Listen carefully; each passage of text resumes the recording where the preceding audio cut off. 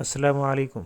आज की हमारी वीडियो 26वीं आईनी तरमीम के हवाले से है, जिसका सोशल मीडिया पर और प्रिंट मीडिया के ऊपर ज़ोर शोर से तज़किरा जारी है।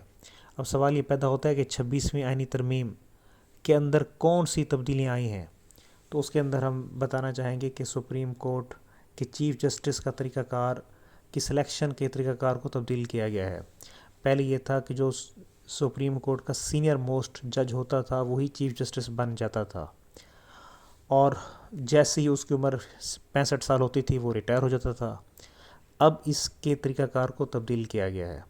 उसके लिए सुप्रीम जुडिशल कमीशन को असर नौ तश्कील दिया गया है, जिसके मेंबर्स की तादाद अब 8 होगी, जिसके अंदर 4 जो हैं वो सीनियर मोस्ट जजेस होंगे, जबकि चार लोग पार्लियामेंट से होंगे, 2 वज़ीर आज़म की सवाबदीद पर होंगे और 2 अपोजिशन लीडर की सवाबदीद पर।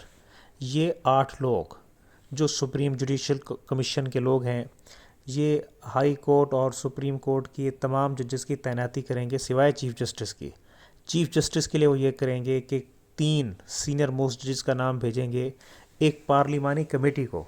उस पार्लिमानी कमेटी के अंदर 12 लोग होंगे, जिसमें 8 नेशनल असम्बली के और 4 सेनेट के लोग होंगे। वो उन 3 में से किसी एक का नाम फ़ाइनल करके वज़ीर आज़म को भेजेंगे, और वज़ीर आज़म उसकी एडवाइस जो है वो सदर पाकिस्तान को भेजेगा, जिसके बाद वो नोटिफिकेशन जारी होगा। तो ये बहुत बड़ी अमेंडमेंट है जो 26th अमेंडमेंट कहलाती है, और हमारे तमाम जो लोग हैं उनको इस हवाले से मालूमात होनी चाहिए। तो आज की हमारी वीडियो देखने का बहुत शुक्रिया। अभी तक जिन लोगों ने हमारा चैनल सब्सक्राइब नहीं किया वो इस चैनल को सब्सक्राइब भी कर लें, ताकि हमारी आने वाली इन्फॉर्मेटिव वीडियोज़ उन तक पहुंचती रहें। थैंक्स।